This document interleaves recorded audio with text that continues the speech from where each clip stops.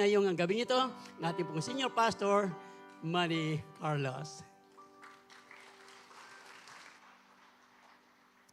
Praise the Lord. Thank you po, Pastor Jack. Isa pong pinagpalang gabi sa bawat isa, lahat po ng bless. Magsabing praise Jesus. Amen. Praise the Lord. Ako po yung nagagalak, kasama ko po ang mga family ko po ngayon. Ang dalawa po ay galing po si Mama at saka ang ate po namin panganay. Galing pa po sila ng San Diego, California. Naiwan po yung nurse po namin. Anyway, masarap po ang buong pamilya nyo nasa Panginoon. Dahil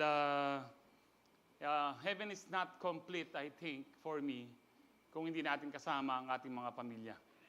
That is why in the book of Revelation, pag nasa langit na ho tayo, marami ang iiyak.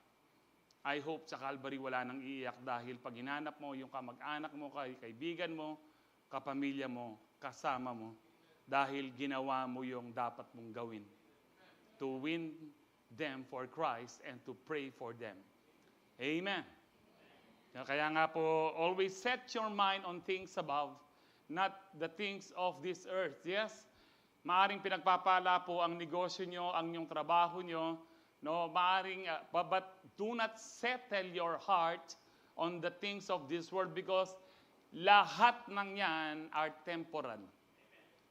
Lahat po niyan ang temporal. Dapat po lahat ng pagpapala, kalakasan, talento, dito po sa mundong ito, magamit for the glory of God. Because our goal, our objective is to be with our Lord for eternity. Wala na pong iba. Amen. Because one day darating po ang Lord, o kung di pa darating ang Lord, one of these days, mamamatay ka rin. Buri yung sabihan kang siping yita.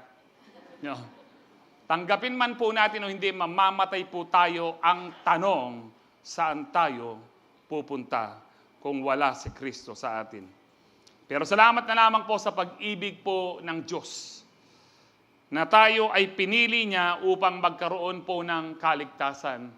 So this month po, we call this as Love or Heart Month. Ang February, meron po tayong tinatalakay po ngayon, Understanding the God Kind of Love, dahil nga po,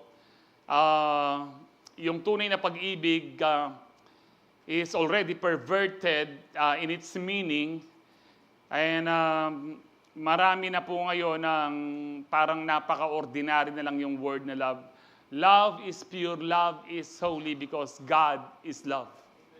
Amen. And nobody, mag-review lang po tayo, nobody can define true love except God alone because God is the source of true love.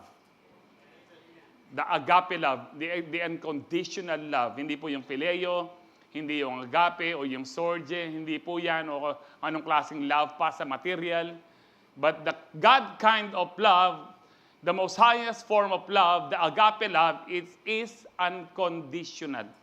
And the source is from God alone. And that is why hindi ang mga LGBTQ, hindi ang mga congressmen, hindi yung sa upper house, lower house, hindi ang mga senador, o hindi ang presidente, hindi ang Amerika ang pwedeng mag-define ng love. Only God and God alone. Hindi ikaw kahit na consistent honor student ka pa. Dahil kahit gaano ka kagaling sa academic, ang problema mo, hindi mo kayang isolve without Jesus.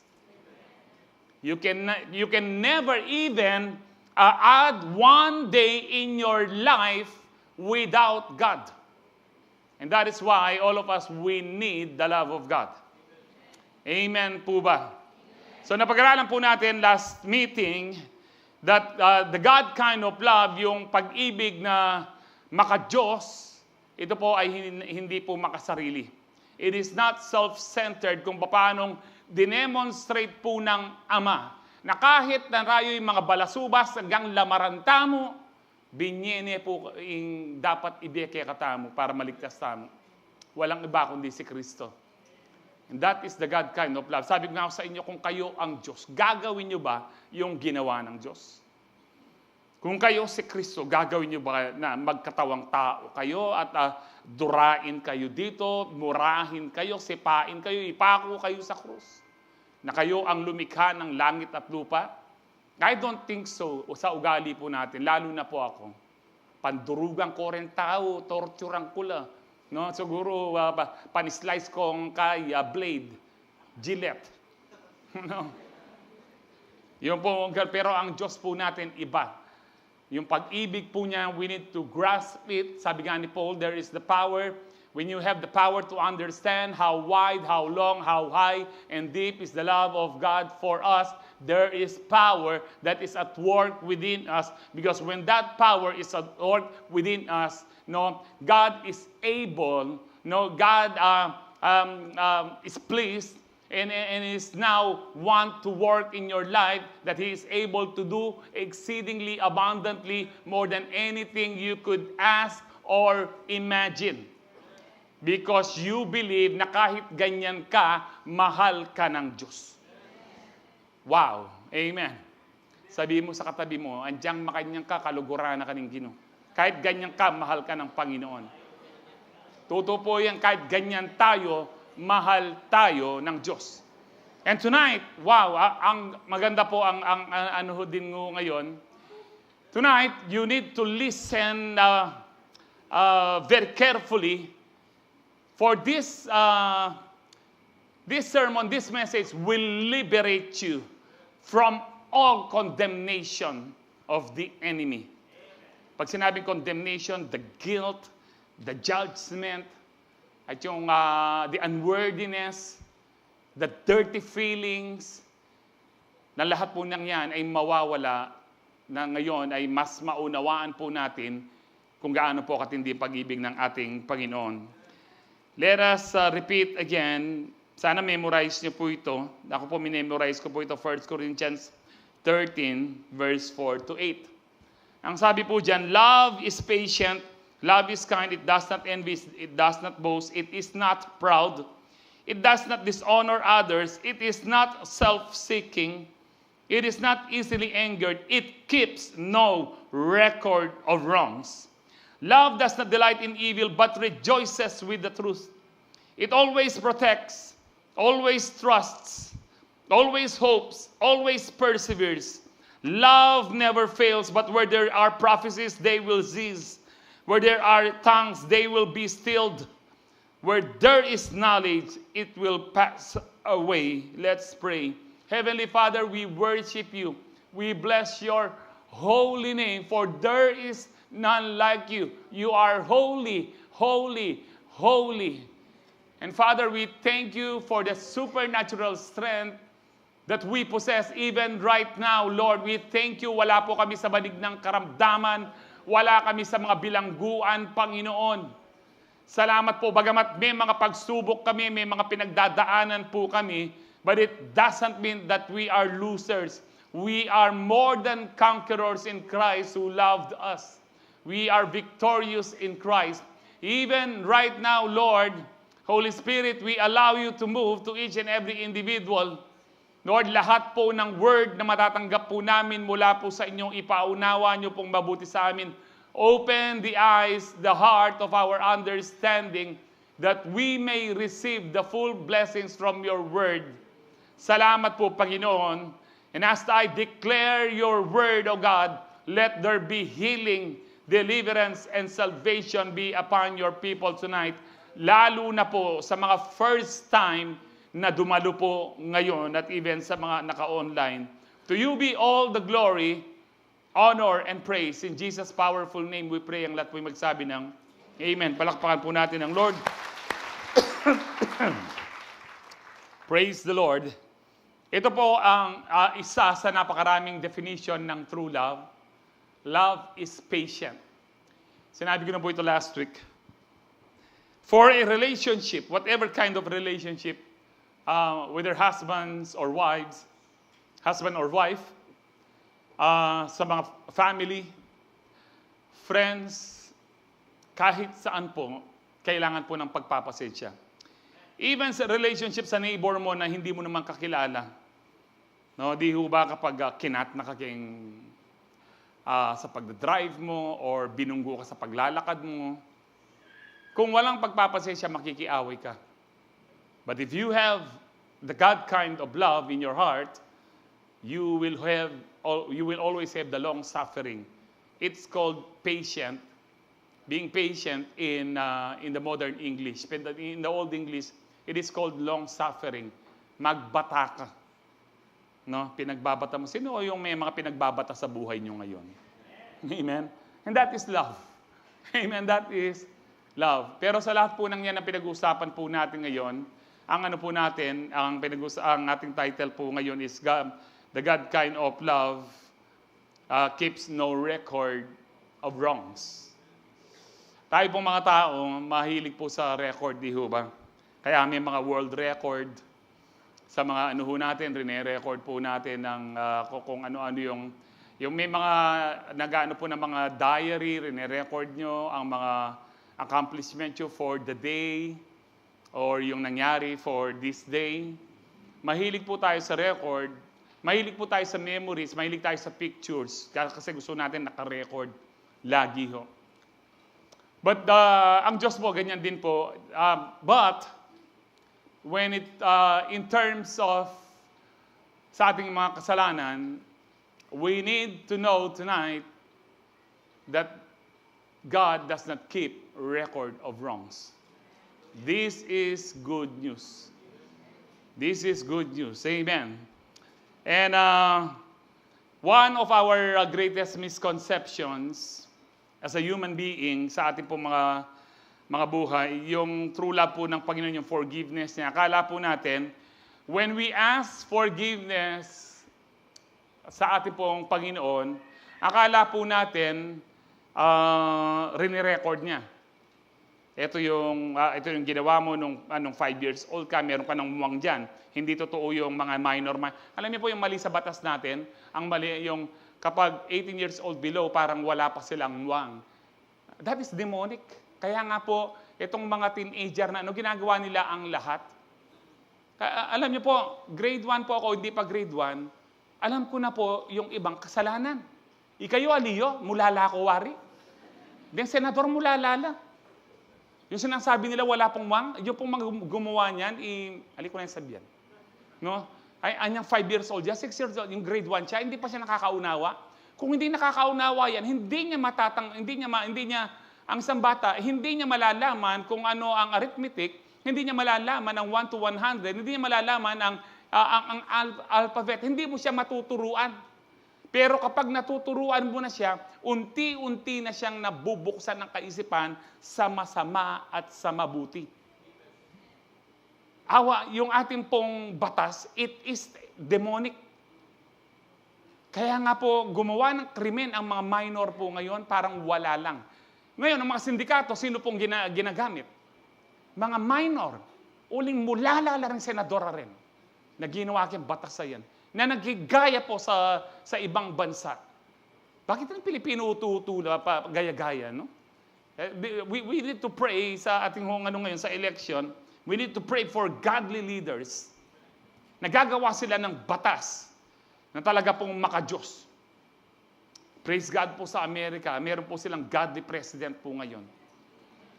Walang ibang gender kanya, kundi male and female lang. And it is at birth. Hindi yung pagdating ng araw doon mamimili yung ano. No? At kailangan ibalik ang pagbabasa ng Bible at prayer sa mga public school, ang sabi po niya. Alam niyo ho ba na nagbubunga ang prayers po natin? For many years, we've been praying for revival in America at nangyayari na po. Prayer works because the prayer of a righteous person, ang sabi po ni James, is powerful and effective. And that is why if you are not praying, you are forgetting the power na binigay po sa atin ng Panginoon. And if the devil, sabi ng devil sa iyo, mapagod ka na, huwag ka nang mag-pray, dahil alam niya, when you pray, something is happening in the spirit realm. Because the prayer of a righteous person, righteous in the Lord, is powerful and effective. And when you do not pray, nakakagawa ang dyablo. Amen. So when we pray, when we ask for the forgiveness of our sins, binubura po ng Panginoon. Hindi na niya tinatandaan. So ito po yung ating pag-aaralan ngayon. Because this is very important. Because every time you think na lumalapit ka sa Diyos at naalala pa niya ang iyong mga kasalanan, even mula nung 5 years old ka, nung meron ka ng muwang, mula nung grade 1 ka, nakala mo, alam pa rin ng Diyos yan at sinusumbat sa'yo, you are wrong, kapatid. And it destroys your confidence na lumapit sa Diyos. It destroys your boldness na humingi sa Diyos. Because tonight, you need to know, kapag tinitignan ka ng Diyos, in Christ, you are already righteous and holy. Not because of us, but because of God's grace and mercy and the blood of Jesus. Katulad po ng inawit po natin. Amen? Now I'm alive. Now I'm alive to tell a story how I've overcome. Amen? Paano tayo nag-overcome? It is His goodness and mercy and the power of the blood of Jesus. Amen. So let's get started. Number 1, the God kind of love keeps no record of wrongs because His love covers all wrongs. Covers all our sins. Wow, this is so profound. This is so powerful. This is so mysterious. And yet, it is true. Sabi nga ni Pastor Radley sa aming pag-anon sa kahapon, Pastor, talagang it's good to be true. Sabi ko sa kanya, kung meron pang mas matindi sa it is so good to be true sa pag-ibig ng Diyos, yun ang dapat ibigay. Because it is really so good to be true, itong pag-ibig ng Diyos sa atin. Amen. Na kahit ikaw ay dating rapist, dati kang magnanakaw, dati kang mamamatay tao, dati kang mangkukulam, sumasamba kay Satanas, ngayong na kay Kristo ka na. Lahat ng kasalanan mo, kinover na. Amen. Ang sabi po ng Proverbs 10:12, hatred stirs up conflict, but love covers all wrongs. Now, the word cover po dito, hindi po ito sa aking pag-aaral. This is not a cover na parang literal siya, na nandyan yung kasalanan mo, tinakpan lang. No, hindi siya ganon in the Bible. In the Bible, pag sinabing cover, it is atoned. The word atonement. It is atoned. Tinakpan. Ang tinakpan po dito, parang, let me give you an example. Kung merong utang ang iyong kaibigan, tapos ginugulo siya, tinulungan mo, o ito yung bayad, ito yung pera, tatakpan ko yung kanyang utang. Iyon ang pantag. Ibig sabihin po, atonement, it is the repayment. No, ito po yung repayment. Renedim po tayo. Tinubos po tayo. Binayaran po ang lahat ng ating kamalian. Ito po yung love. The God kind of love, it covers, it pays for all our sins. Inatone po tayo. Binayaran po ng Diyos ang ating lahat ng mga pagkakamali. This is how powerful po ang pag-ibig ng Diyos sa atin. Pero hindi po ito, okay, sige, because you are asking forgiveness from me, I will forgive you. Hindi po ito some kind of words only that came out from the mouth of God. It is not a passive love. It is not a passive forgiveness, but it is an active one. It means it requires action. How did God cover all our wrongs? By sending His one and only Son. For God so loved the world that He gave His one and only beloved begotten Son to us, that whosoever believes in Him, put their trust in Him, obeys Him, will not go to hell, but will have eternal life with Jesus. It is an active love. And you need to remember, you need to understand, kahit anong gawin po natin, without the sacrificial Lamb of God on the cross of Calvary, na namatay po siya sa krus, walang kapatawaran ng ating kasalanan. Kahit lumuhod pa tayo sa munggo o sa bubog, if Jesus did not die on the cross, we will not be forgiven. Always remember, tandaan niyo po ito, tayo po ay pinatawad on the account of what Jesus had done on the cross of Calvary. It is not because you have expressed it with your mouth. Today, that is good. Today, that is right. But without Jesus dying on the cross, kahit anong gawin po natin, we can never be forgiven. Because in the spiritual laws of God, when someone commit sin, dapat po merong bayad. Hindi pwedeng patawarin mo ko, Ama. Someone must pay sa ating pong kasalanan. And Jesus paid it all. Jesus covered it all. Lahat po ng kasalanan po natin. And that is why it is so easy today to ask for forgiveness. Father, forgive me. But how easy? With sincerity. Hindi po yung hingi ka ng tawad. Ay, salamat, humingi na ako tawad. Tapos gagawa ka na naman, intentionally, deliberately, enjoying sin again. You are a demon. Demonyo ka, sumakanyang ka. Diretsyan ko na. Because God will not forgive us without yung sincerity. How sincere? Kapag humingi ka ng tawad, meron ka talagang puso na pinagsisisihan mo yung ginawa mo dahil alam mo mali at nasaktan mo ang Diyos at ayaw mo nang ulitin dahil mahal mo ang Diyos. Amen. Hindi yung i-enjoy mo na naman yung kamunduhan at yung kademonyuhan po dito sa mundong ito. Amen po ba? Proverbs 17:9, whoever covers an offense seeks love. Kaya po sa atin po, kapag po, just like God, just like Jesus, kapag po mayroong nagkakamali po sa atin, no?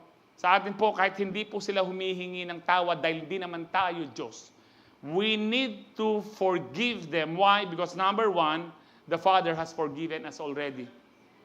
If you do not forgive your brethren, sabi ng the Father will not also forgive you, sabi po ni Jesus. We are forgiving our brothers and sisters because we were already forgiven. Amen. Pangalawa, bakit tayo nagpapatawad? Para palayain mo ang sarili mo. Whenever you hold grudges, hatred, bitterness, unforgiveness in your heart, you are imprisoning yourself.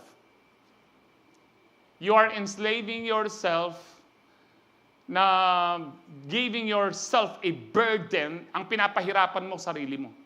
And that is why, ang nais po ng Panginoon, you need to release forgiveness kahit hindi humingi ng tawad yung taong nakapanakit sa'yo para ikaw ay lumaya at magkaroon ka ng joy and peace. Ay, isip mo ba na itangay mo buring patawaran?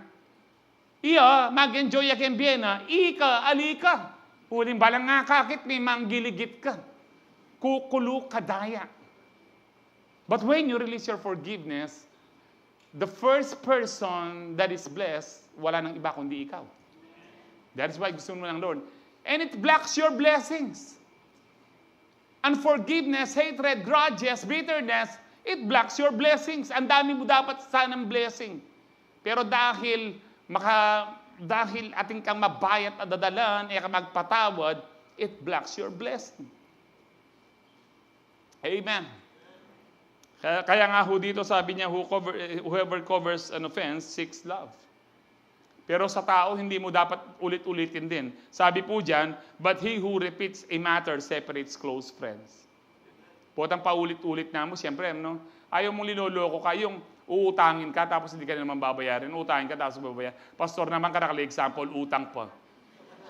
O makanano nga pining panahon ng utang ini, diyan kang Calvary, pati ka rin sa iyo, ating makanyan eh. Pati rin demonyong kain, kay forerunner ya pa kan. Hay, den tao nga rin. Pati kayo rin aldo ka na ako. Tsaka na kayo mo ikay. Pero, bayod ako po payawos, magbayo na kayo.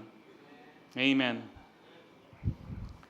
God's love for us is so great that it covers all our wrongdoings. But it doesn't mean na, katulad na sinabi ko po kanina, wow, pwede na akong magkasala pa umuli dahil malugod diyang gino, mapagpatawad diyang gino, mapagmahal ang Diyos, mapagpatawad siya. No. Did you know, there are teachings, preachings, even for today, na pinapasikat po ito, na mas, yung mas magaan under the grace of God. Well, in terms of being blessed and being saved, mas magaan. But in terms of doing sin intentionally, deliberately, enjoying sin, mas mabigat under the grace of God. Let me repeat that. Sabi po nila sa under the law, mahirap, magkasala ka lang, ganito, because of the law, ganito, ganyan. But did you know, but if you are intentionally committing, enjoying sin under the grace of God, mas matindi ang parusa. Pastor, nasa Bible ba yan? Of course. Kung magsabi-sabi kayo, ninalay ko yung Bible. Tingnan po natin sa Book of Hebrews, chapter 10. Sa Book of Hebrews, chapter 10, 26, 29, if we deliberately, sabi yan, keep on sinning, kaya Tagalog, kung sinasadya po natin na magpatuloy sa kasalanan. Sabi diyan, after we have received the knowledge of the truth, no sacrifice for sins is left. Kung sinasadya natin magpatuloy sa kasalanan, pagkatapos natin tanggapin ang katotohanan, sinong katotohanan? I am the way, the truth, and the life. After mong i-receive si Jesus bilang your Lord and Savior, wala nang sacrifice. Sabi diyan, wala nang alay pa, handog pa para sa mga kasalanan niya. Ano ibig sabihin po niyan? Wala nang kapatawaran niyang mga yan. Because of the only one sacrifice of Jesus Christ, kung bakit tayo napatawaran. Pero ang Book of Hebrews sabi niya, kung sinasadya mo intentionally, ang sabi po diyan, deliberately, you are living and enjoying sin again and again.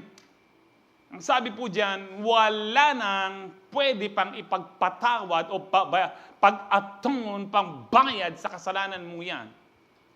Because Jesus died once and for all, at hindi na po mauulit yun. Hindi totoo yung kapag nagkakasala ka kapatid, para mong inuulit na pinapako sa krus si Lord. That is not true. That is not biblical. Ang totoo, kapag inuulit-ulit mo ang kasalanan, wala ng sacrifice po dyan.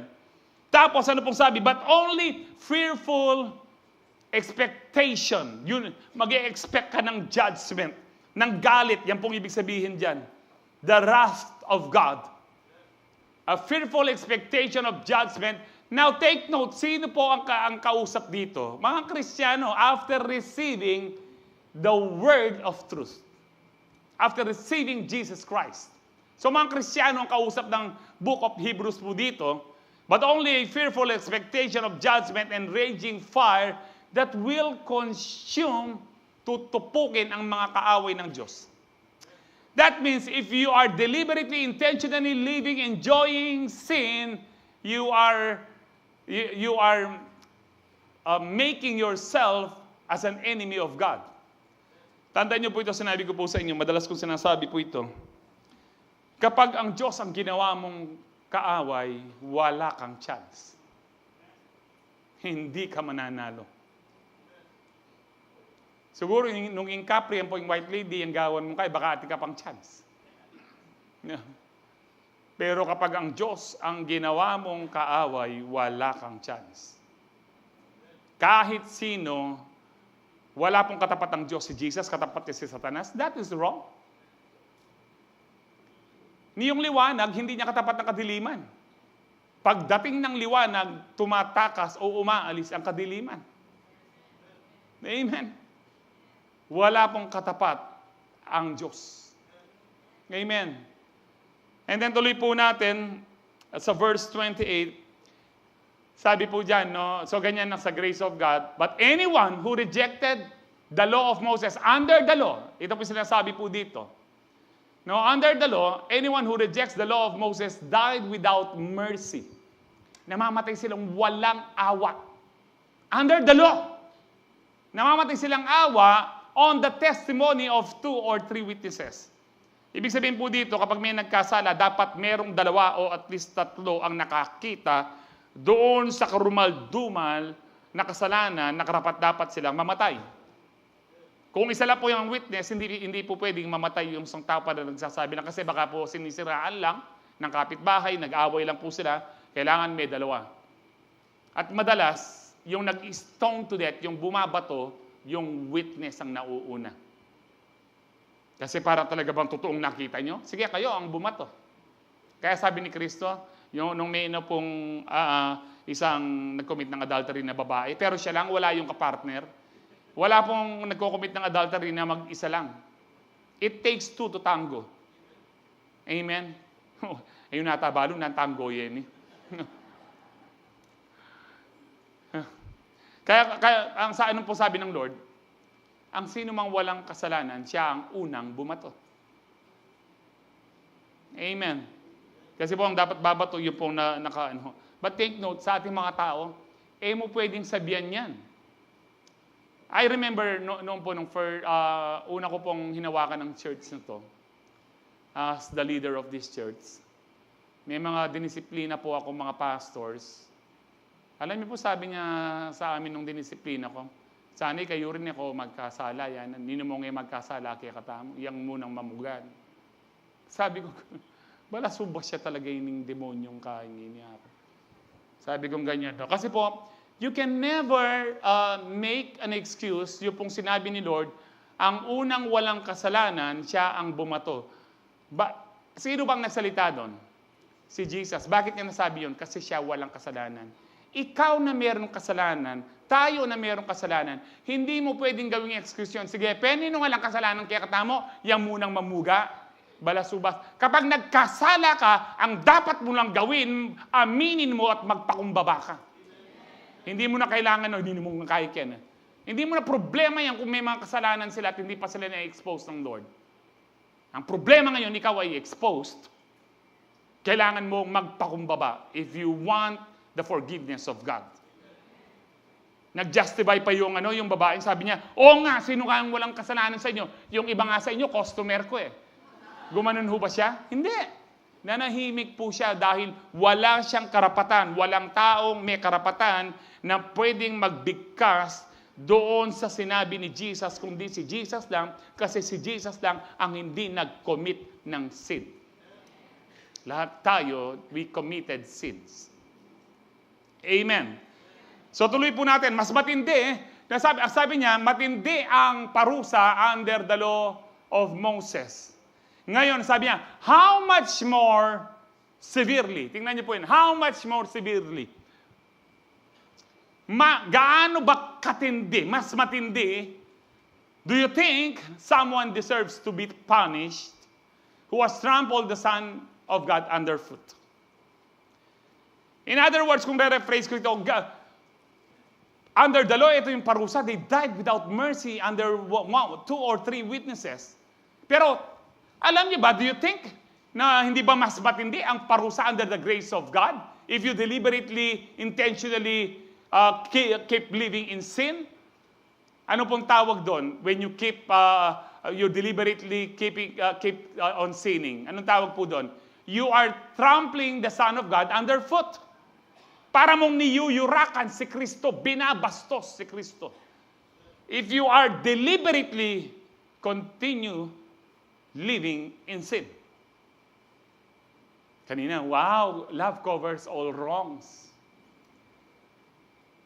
But we need to understand na mabalanse po natin ang doktrinang ito kasi po marami ngayon ina-abuse ang grace at yung love ng Panginoon. Not knowing this verse, So many preachers that they don't want to preach this verse because ang gusto po nila, tanggap sila ng mga tao. Yung gusto nila na, yung pastor na yan, puro love, puro blessing. Ay, yung mga yan, clown po yung mga yan. Kami pong mga pastor dito, buriyo kami pong ala kaming pakialam. Ang importante, buri na kami ng Ginoo. Dahil tutukyan mi kung nanong buri na ng Ginoo. Walang iba, kundi po ang word lang niya at wala nang iba. Buriin mo ko man, no, ala ko rin pakialam. Kaluguran da kanya, sasabihan ko ini. Sasabihan ko ini. And it is for your benefit if you will accept the truth of the Word of God. Amen. So sabi ko dyan, no, they deserve to be punished, who was trampled the Son of God, who was treated as an unholy thing, the blood of the covenant that sanctified them. Parang binaliwala po nila yung blood of Jesus. The blood of Jesus, tinawag po ng Bible yan, the most precious blood of Jesus. Did you know na isang patak lang po ng dugo ng ating Panginoon, kaya po bayad na po ang lahat ng ating kasalanan. But because of His,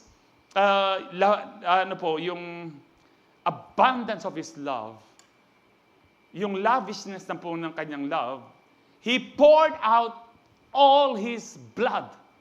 Even nung patay na po siya, nung tinuhog po siya sa tagiliran, lumabas po ang tubig at saka po ang dugo.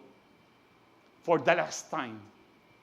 Ang ibig sabihin po yan, ang pag-ibig ko sa inyo, hindi lang isang patak na dugo, kundi tuloy-tuloy at walang hanggan at todo-todo ang aking pag-ibig sa inyo. Umibig na ho ba kayo ng todo-todo? Itang may in love na kayo? May in love na ko siguro. May malyaring ali. Kaya nung unang panahon po, may mga nagtatanan, di ho ba? Dahil po, isa po sa pinaka-powerful pong force in this world is love. Yung pong kapag ang pag-ibig ay hindi, tapos po doon, yung hindi po mapipigilan, ng Oscar rin, hamakin ang lahat. No? Ang pag-ibig gagawin kahit po mahamak lahat, gagawin po niyang gusto niya. Amen. Yung po, pag-ibig pa lang po sa tao po, yung gawin mo yung gana-gana. Kanya po may tao kaya pa mo ning asawa ko, uling puro boy na, manipon ka. Ka magmerienda. Na kung kapait, maglupa na akong tuko para mo makapag-date kayo. Bakit po? Lahat po gagawin mo para po sa mahal mo. Di ho ba? Yung mga single sa inyo, may mga boyfriend pa lang o girlfriend, habang may panahon pa, pag kuripot ngayon yan, kawanyan yun eh. Kasi, maging impyerno yung biyayo kayo. Humihingi pa mo, mas kaluguranan o rin pera, kesa ka, ay, batingan mo na yan. Always remember this, love is not a feeling. Love is not an emotion. Love is a decision. It's volitional. It is based on decision na kahit anong mangyari, mamahalin kong tao ito. That's the love of God. It is based on decision. Because if love is based on feelings, after yung feeling is gone, kaya na, hiwalay na tayo. Bakit? Anong sasabihin ng Wala na kasi ako nararamdaman sa'yo. Ang babaw. Maraming naghihiwalay po ngayon dahil mababaw ang tingin nila sa pag-ibig. But love is a choice. That is why God binigyan po tayo ng free will ng Panginoon. Because He doesn't want us na being compelled, being controlled, na basta mahal natin ang Diyos without any reason, dahil linagay lang niya because we are not robots. Ang gusto po niya, to love Him because it is your choice. That's the best love na pwede natin ibigay sa Lord. Lord, I choose to love you. I choose to love you. And when you choose to love a person as well, lalo na ang asawa mo, isipin niyo po ito, hindi kayo maghihiwalay kasi pinili mong mahalin mo siya not based on feelings, kasi yung kilig na yan, nawawala po yan. Mimi ka mo, wala na. Ano yan? Nawawala po yung kilig na yan. At yung pagkilig yan, kasi yung first time mo nga nawakan yung kamay niya, kalambot na gamat, andyan pang makaluya. Yan. Putang kaulan, kabang luna. Andyan pang mamaw yung paus, mabang luya para kaya ka.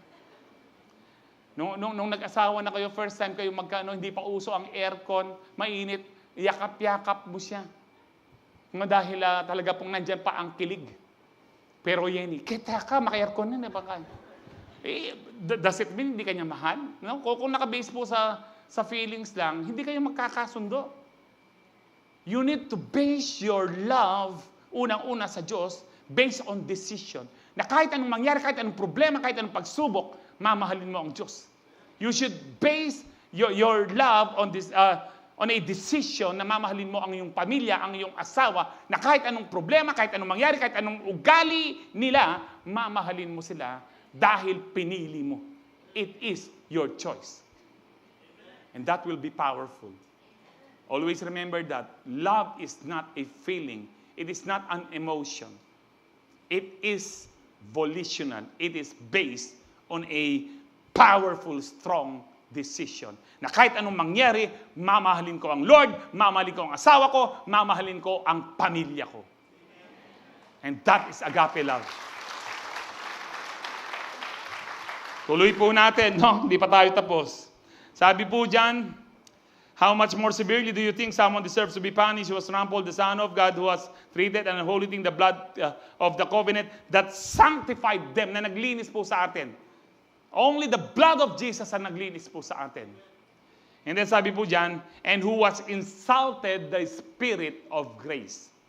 Iniinsulto mo ang Holy Spirit every time you deliberately keep on sinning, enjoying living in sin.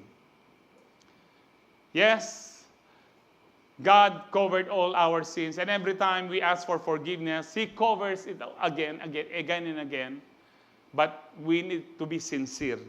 We should have this heart na I want to be changed, Lord. I want to be like my Lord Jesus. That from glory to glory to glory, we should be changed. Nababago ho tayo. Even as pastors, marami pang binabago sa amin. Sa akin po, marami pang binabagong mga pangit na ugali ang Diyos sa akin. Ay, may pangit na ugali ka, pastor. Wow, napalagay mo ka ako, perfect ko. Lupa ko bang angel? Lupa ko sigurong angel, pero ako perfect. Nobody's perfect. But we need to strive for perfection because God is perfect. Be perfect, be holy, for I am holy.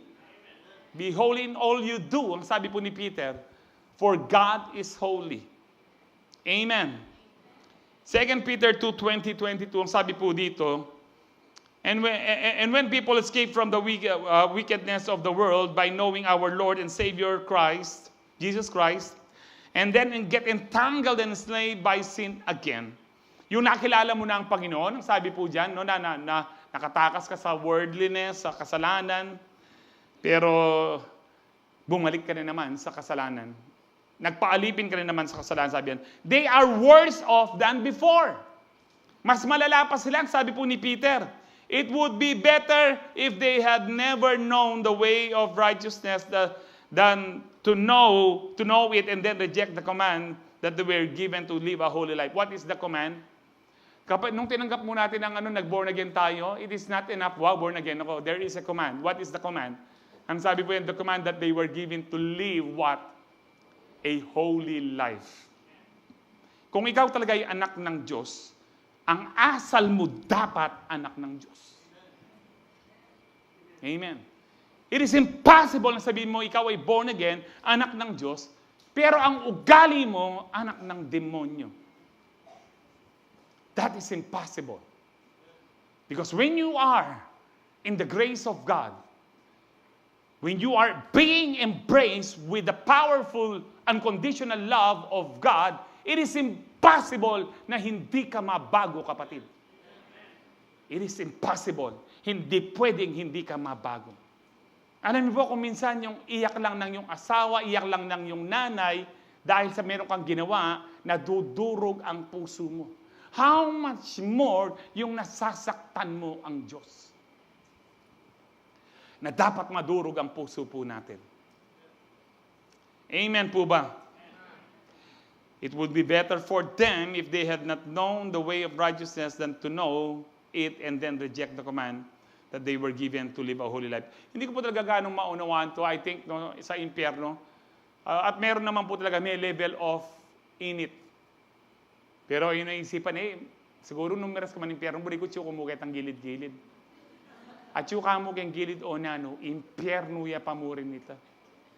Uy, tamong maka-hospital ka, maka-confine ka, tsaka keng kaya, bala mo impyerno na Kaya maka-dextroscopy, what mean dextroscopy? Taka keng, lalo na po nung na-COVID ako, kung lang ikaw lang mag-isa, mangan ka, marimlay ka, daily for 2 weeks. Sipin niyo po yun yung araw, hindi mo alam kung araw o gabi dahil walang bintana na makita mo, di mo titignan yung oras. Hindi pa po impyerno yun. Imagine yung impyerno na wala ng takas po. Do not believe alay ang impyerno yung parang wala ka na lang, hindi you will never exist. Spirits don't die. Ang spirit po, ang ibig sabihin po niyan, life. Kaya nga, siguro ako, nung bata po ako, iniisip ko, baka iniisip nyo rin, ba't di na lang kaya i-extinguish ng Lord, mawala na lang yung mga masasama, at huwag na lang silang maparusa sa impyerno. That is impossible, because nung nagbigay ng buhay ang Diyos, pag sinabi pong spirit, it is life. Pag sinabing life, it does not die. Your spirit and soul will never die. It will live forever. It will live forever if you are in Christ. Forever eternal life with no suffering and pain. But it will live also forever without Christ, but with tremendous suffering and pain, with gnashing of teeth, that worms are eating you day and night. Kinakain ka ng uod, nauubos ka, tapos nabubuo ka na naman. Nasusunog ka, natutunaw ka, nasusunog ka, nabubuo ka na naman. It is called eternal death. Tinawag na second death. Kaya nga po eternal death ang tawag. Araw-araw pinapatay ka, nabubuhay ka, namamatay ka, nabubuhay ka, namamatay ka sa pamamagitan ng apoy at pagkain ng mga uod sa iyo sa impyerno. Do not believe a lie na walang impyerno. Kapag pinaniwalaan mo yan, meron kang plano na gusto mong pumunta ng impyerno. Meron kang plano na gusto mong i-enjoy ang buhay dito na okay lang na kahit sa impyerno ako. Do not believe a lie. Yun lang nakabartolina ka, sa isang kwarto na hindi mo kasama ang pamilya mo, parang impyerno, but that is not hell. Hell will torment you with tremendous pain of heat beyond imagination. With gnashing of teeth, and worms are eating you day and night. Kaya nga po, salamat sa pag-ibig ng Diyos na tayo na tumanggap sa Kanya, we will never experience hell. Nor we will never visit hell. Ewan ko kung gusto niyong magbisita sa impyerno. Pwede ba akong magbisita sa room 201 kamo? Wala pong ganun. Verse 22, they prove the truth of this proverb. A dog returns to its vomit. Another says a washed pig returns to the mud. Ang sinasabi ni Peter dito, if you intentionally deliberately committing sin, para kang aso na nagsuka tapos kinain mo muli, kadiri po talaga. Pero yun ang tingin ng Diyos sa mga taong pagkatapos lininis ng Diyos, bumabalik ng intentional. Remember, opo, nagkakasala tayo, but it should not be intentional. Ngayon, kung meron mang somehow intentionally ginawa natin ng kasalanan, praise God, merong 1 John 1:9, if we confess our sins, He is faithful and just to forgive us our sins. Humingi ka lang ng tawad with sincerity in your heart na, Lord, mali talaga yung ginawa ko. Yes, Lord, meron akong intention na ginawa, pero mali. At ayoko na pong maulit, Panginoon, give me the grace to overcome this sin that I won't commit it again. At para ka rin daw baboy na lininis, sinyampoy mo yung baboy, pinaliguan mo ng safeguard, pagkatapos lumundag muli sa putikan. Ganun po ang tingin ng Diyos sa mga taong bumabalik sa kasalanan. Amen. Bali po, point number 1 ko pa pala, 7:29 na. But you know, no, itutuloy ko pa rin po ito. At total, malay nyo, ito na yung last night natin at bukas o mamaya, rapture na. No? Alam niyo po, tayo rin po dapat, pag nagpatawad tayo, alwan itang ulit-ulit. Lalo na kaya kayong may asawa. Ako balo, madalas babae na. Tetang, maela mo maging hysterical, maging historical na po. Pero meron din akong kakilala, kalalaki ng tao, kalalaki ng tao, kadaldal na yan. Yung mga dadaldalan, yung babae. Kita mong kakatakahan mo, may nakita yung lalaking makanyan. May budmeng gunutan. 1 Peter 4:8, sabi niya, most important of all. Ang sinasabi ni Peter dito, with all the attributes and all the characteristics of a Christian, this is the most important of all. Ang sabi ni Peter, what is it? Continue to show deep love. Continue to show deep love for each other, for love covers a multitude of sins. Sabi po siyang show. Hindi lang sa kaluguranda ka pero wala kang gagawan. It is not passive. It is an active love. Katulad po ng ating Panginoon, sinabi ko ako sa inyo, God demonstrated His love when He gave His one and only begotten Son to die on the cross for us to be saved. Sa atin din po, to cover all the wrongdoings na ginawa po sa atin, sabi diyan, continue to show deep love. Ipakita mo, i-demonstrate mo. Kung talagang nagpatawad ka, ipakita mo.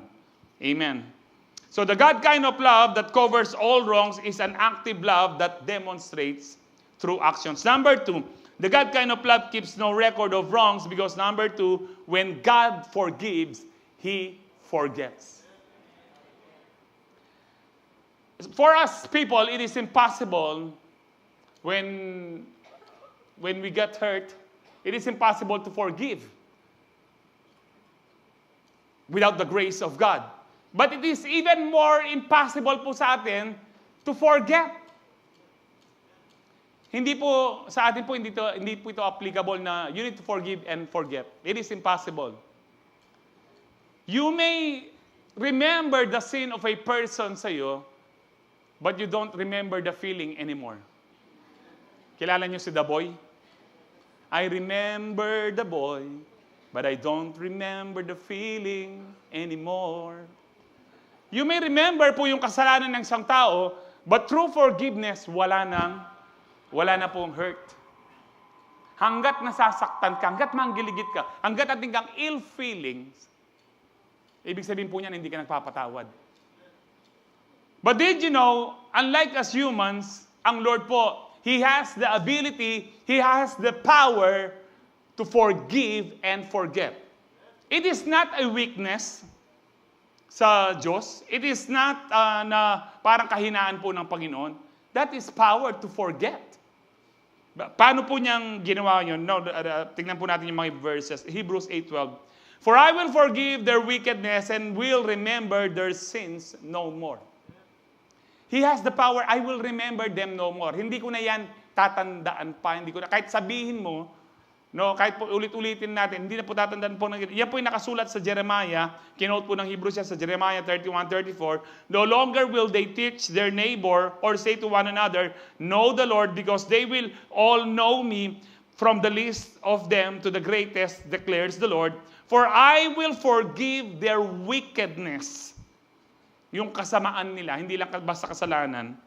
And will remember their sins no more. At sinabi po uli yan ng Hebrews 10:16-17. This is the covenant I will make with them after that time, says the Lord. I will put my laws, yung aking mga batas, yung aking mga commandments, in their hearts. I will write them on their minds. Ibig sabihin po dito, bakit tayo nakakasunod sa Panginoon? Dahil it is because of the grace of God. Ang Diyos lang po ang nagbibigay ng kapangyarihan, ng ability, the power, no, the encouragement for us to obey God.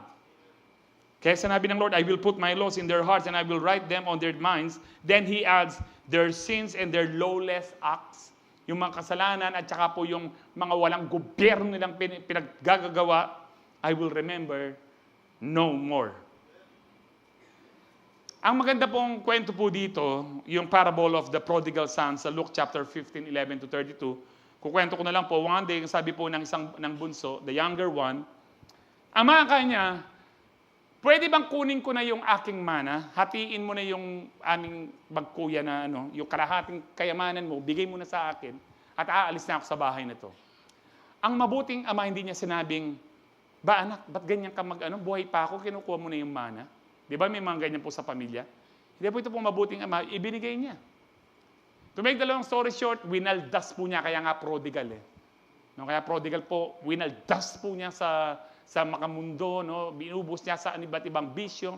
At until one day, nagkaroon ng famine doon sa bansang pinuntahan niya, naghirap ang bansang yon, pati siya naghirap, nawalan, naubos ang lahat ng yaman niya, at nakiusap siyang magtrabaho sa babuyan.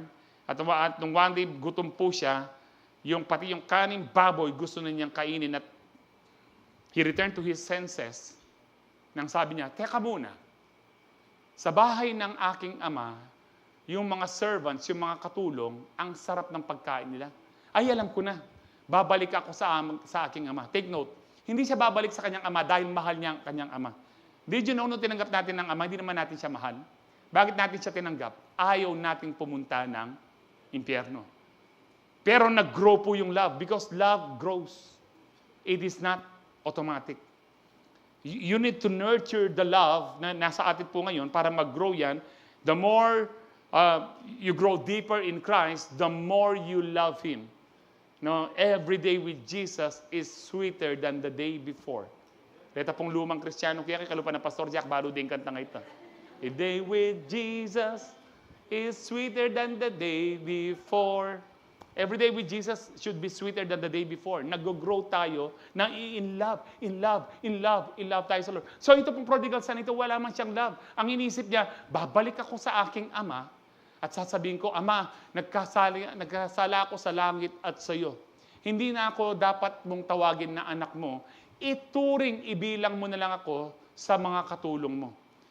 So he went off on his way home. Malayo pa ho siya. Nakita na siya ng ama at sinalubong siya ng ama. Hinakap siya. Tapos yung minemorize po niya na script po niya, sabi niya, ama, nagkasala po ako sa langit at sa iyo. Hindi na po ako karapat-dapat na tawagin mong anak. Hanggang doon lang po siya. Alam niyo po yung nangyari doon? Ganun yung sinabi, ama, nagkasala po ako sa langit at sa iyo. Hindi na po ako dapat ituring yung mga anak. Tama na. Hoy, kayong mga katulong, paliguan niyo itong anak ko, isuot niyo yung robe, ibalik niyo yung tsinelas niya, at saka yung singsing niya. Dahil ang anak ko, dating patay, muling nabuhay. Hindi po siya sinumbatan ng ama. Hindi niya pinaalala yung kasalanan niya. Because when God forgives, He forgets. Hallelujah. When God forgives, He forgets. Hindi niya sinabing, ano ngayon? Anong nangyari sa'yo? Balasubas ka, nasan yung kayamanan? Nasan yung mga pera? Hindi po ganun. Di ba yung mga ibang manibatseni? Ala na kung anak kalupa mo, nakamumulikin. Pero ito pong amang ito, araw-araw hinihintay niya yung kanyang anak. Kasi nga po, malayo pa lang nakita niya. Ibig sabihin, araw-araw alam niya, babalik ang kanyang anak. Araw-araw alam niya, magre-repent siya, magko-confess siya sa kanyang kasalanan. Nung inintay po niya yung araw na yon. Alam niyo po, napakabuti po ng Diyos. Isipin niyo po ngayon, tonight, isipin niyo po yun, mula nung nagkamuwang ka, ano yung mga kasalanan na naisip mo, sinabi mo at ginawa mo? Ano-ano po yan? Tayo somehow, naalala po natin. But did you know, nung hiningi mo na pong tawad dyan, hindi na po naalala ng Ama. Minsan tayo lang po yung nagpapaalala. Minsan po ako, aaminin ko po ito, Lord, sorry po, no? Kung di talaga ako naging matigas ng ulo, hindi ako nag-dialysis. Kung di ko ginawa ito, Lord, hindi ako nag-dialysis. Kung di ko inanitong kasalanan ito, hindi ako nag-dialysis. Alam niyo po, ang sinasagot po ng Panginoon, I remember your sin no more. Kung dati kang magnanakaw, dati kang balasubas, dati kang rapist, dati kang chismosa, no? hindi ka na tinitignan ng Diyos na ganyan. Because when He forgives, He forgets. Amen. At tapos nagkasala ka, nag-backslide ka, pagbalik mo, hindi ka susumbatan. Si Peter po, nagkasala siya. Sabi niya, Lord, over my dead body, kahit mamatay ako, hindi kita iiwan. Peter, 3 beses mo na akong pinagkaila, itinatwa, maririnig mong titilawak yung manok. Hindi sinabi ng Lord nung magkita sila, ano yan ni Peter? Di ba sabi ko kaya ka? Jesus reinstated Peter by saying, Peter, do you love me? 3 times. Feed my lambs. Sabi niya nung una. Pangalawa, Peter, do you love me? No, take care of my sheep. Pangatlo, Peter, do you love me? Feed my sheep. Hindi sinabi ng Lord, no. Ang makikita niyo po doon, hindi nagko-condemn ang Lord. Kaya kung meron kayong condemnation or guilt na in the past pa, that is not from God. That is not from the Holy Spirit because that is not biblical. Because when God forgives, He forgets. Anong sabi po ng Romans 8:1? There is therefore now no condemnation to those, sabi po dyan, for those who are in Christ Jesus. In other words, wala nang galit ang Diyos sa iyo. Wala nang guilt feelings. Wala nang kaparusahan. Because when God forgave you, during the time when you ask forgiveness, He forgets all those sins.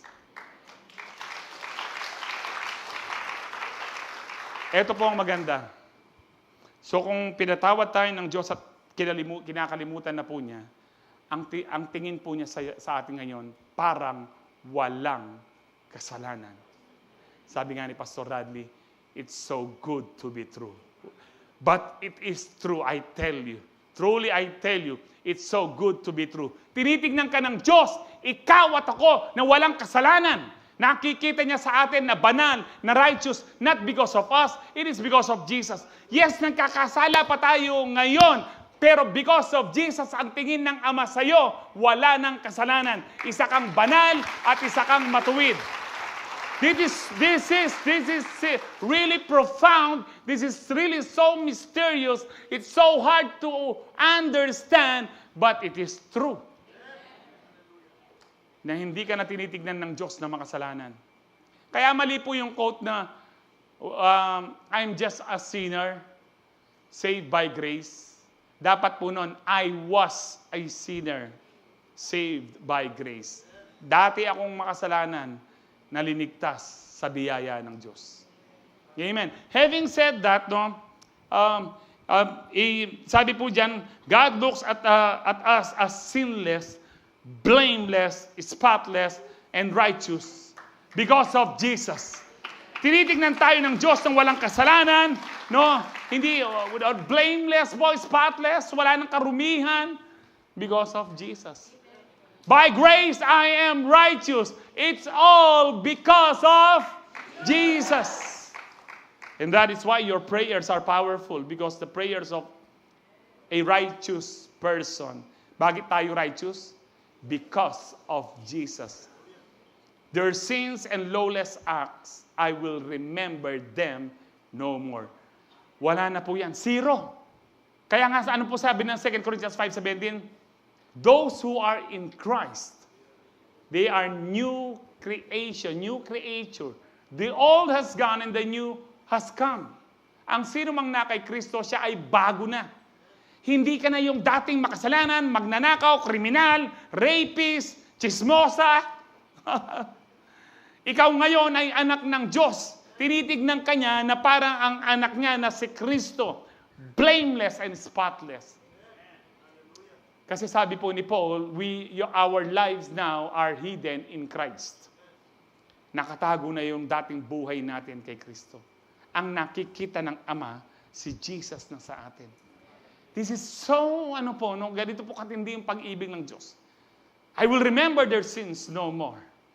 Kaya huwag niyo pong ulit-ulitin yung kasalanan niyo sa Diyos. Because He doesn't remember them anymore. Amen. And that is powerful. Now, yung Diablo, papaalala niya sa'yo. Pero sabihin mo sa Diablo, oo, lahat ng yan ginawa ko. Pero remember, namatay si Kristo sa krus. Paid in full by the blood of Jesus. Boom! Mawala yan. Mawala yan. Because there is therefore now, hallelujah. There is therefore now, hallelujah, no condemnation. No more judgment. No more wrath of God. No more guilt feelings to those who are in Christ Jesus, our Lord. Amen! Number 3, last na lang po. The God kind of love keeps no record of wrongs because He wiped out our sins completely. Hindi lang po niya kinalimutan, kundi winipe out niya. Pag sinabing wipe out, walang totally natitira. Kaya yung cover, hindi po basta kinover yun tapos binuksan mo nandun. No. Yung cover, ibig sabihin po doon, binayaran. Ito yung 1,000, pantakip ko muna doon sa binayaran. So kaya nga itong point number 3, He wiped out our sins completely. Ang sabi po sa Isaiah 43:25, I am who blots out your transgressions for my own sake and remembers your sins no more. This is so, punong-puno po itong verse na ito. Ako mismo, buburahin ko yung kasalanan nyo. In other words, ako mismo na Diyos, magkakatawang tao ako. Because your sins required to be paid by someone who is holy. Someone must die for your sins. And it should be a human being. Kaya nga po nagkatawang tao si Kristo. Para bayaran po yung ating mga kasalanan. I am who blots out your transgressions for my own sake. Alam po sinasabi ng Panginoon, for my own sake, no, na-discuss nga po namin na yung head elder po natin ito, na matindi dito. No, hindi ko, patatawarin ko kayo, hindi dahil sa inyo lang, pero dahil sa akin. Kasi kung hindi ko kayo patatawarin, hindi ako Diyos. In other words, sinasabi ng Panginoon dito, for my own sake, that because I am love, I am just, I am holy, I am righteous, I am merciful, I am gracious, I will forgive you because I am love, I am merciful, I am faithful, I am gracious to you. Ang sinasabi ng Panginoon dito, patatawarin ko kayo because I am who I am. I am good, I am love, I am faithful and true sa inyo. And my love endures forever. For my own sake, ang sabi ng Panginoon. Because if I will not forgive you, if I will not wipe out your sins, I am not a holy God. I am not God that is love. Kaya tayo pinatawag ng Panginoon because God is love. Because God is holy. God is merciful. God is gracious. God is faithful to His promises. The word, word na blot out po dyan, no? He blots out is maha. I don't know how he pronounced talaga sa Hebrew. Sabi dyan, it means to wash off, wipe out, blot out, destroy, be exterminated. And exterminate, tinanggal po talaga, wipe out. No, swept away ang ating mga kasalanan. Psalms 103:10-12. He does not treat us as our sins deserve. Wow. And repay us according to our iniquities. Kung minsan po, dinidisiplinahin po tayo ng Panginoon, but it does not treat us as our sins deserve. If God will treat us as our sins deserve, we will all die because yung deserve ng ating mga kasalanan is death. He does not treat us as our sins deserve. Napakabuti po ng Panginoon. Verse 11, for as high as the heavens are above the earth, so great is His love for those who fear Him. Kung gaano kataas ang langit sa lupa, ganito katindi ang pag-ibig ng Diyos doon sa may mga pagkatakot sa Kanya. Yung takot po dito, hindi po ito yung parang horror si Lord. Yung merong respeto, yung merong pag-ibig sa Diyos. Ito po ibig sabihin ng fear of Him. As far as the east is from the west, so far has He removed our transgressions from us. Gaano daw po tinanggal ng Diyos ang ating mga transgression. As far as, kung dito po ang east, dito ang west, pag pumunta ka ng east, maglalakbay ka ng papunta ng east, nauubas ba yung east? Miras ka siguro kang Pastor East, kayong Baleda. Pero kayong east, kami kayo.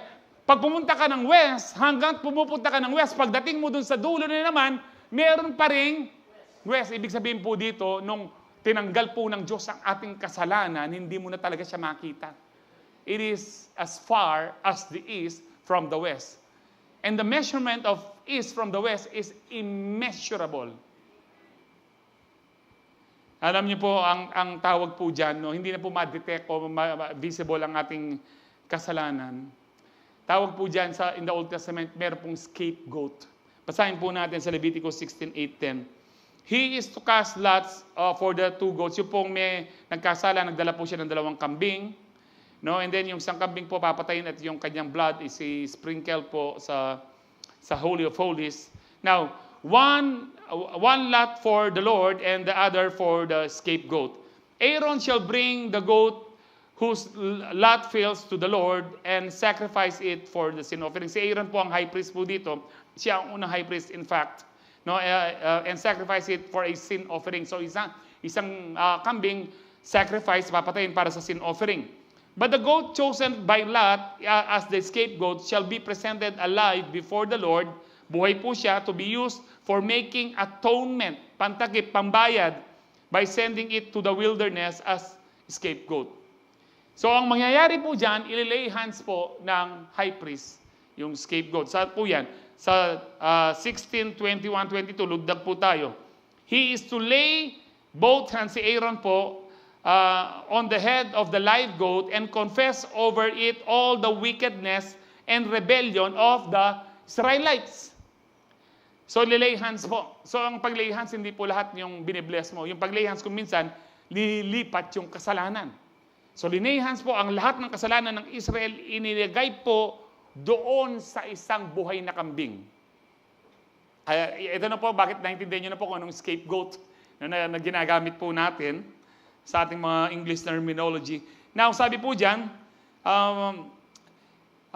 yung pong pag-confess over it all the wickedness and rebellion of the Israelites, all their sins, and put them on the goat's head.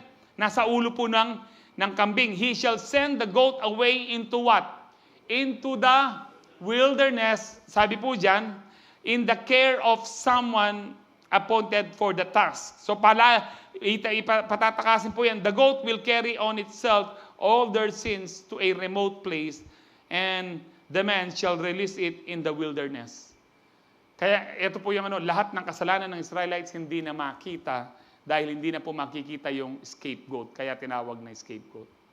Kaya yung mga kasalanan po natin, hindi na po nakikita ng Panginoon. Kaya stop, reviewing them before God.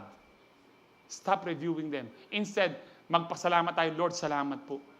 Salamat po, Panginoon, hindi mo na inaalala ang aking mga kasalanan.